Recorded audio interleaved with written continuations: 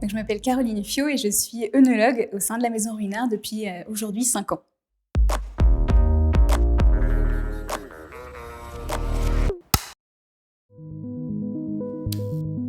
Le métier d'œnologue, c'est un métier entre l'art et la science.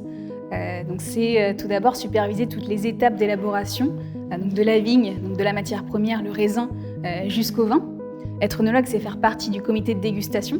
Et puis aussi, bien sûr, en Champagne, c'est le savoir-faire, c'est l'assemblage. Donc c'est assembler différents éléments, différents vins et produire un vin qui soit identique tous les ans. Alors mon premier souvenir de Champagne, justement, c'est plutôt amusant parce que j'ai le souvenir de ce dîner de Noël avec mes grands-parents. Il y avait ce verre de champagne à table, puis donc je m'étais de manière impatiente projetée devant le verre. Je me suis prise les effluves du dioxyde de carbone dans les narines. J'ai bondi en arrière. Donc j'ai un souvenir plutôt surprenant, amusant du Champagne. Moi, ce qui m'animait quand j'étais petite, c'était la chimie et la biologie. J'adorais la chimie organique, notamment les molécules qui réagissent entre elles. Et puis finalement, j'ai choisi la viticulture et l'œnologie pour la partie vraiment terroir et vraiment être toujours en plein air avec le vignoble.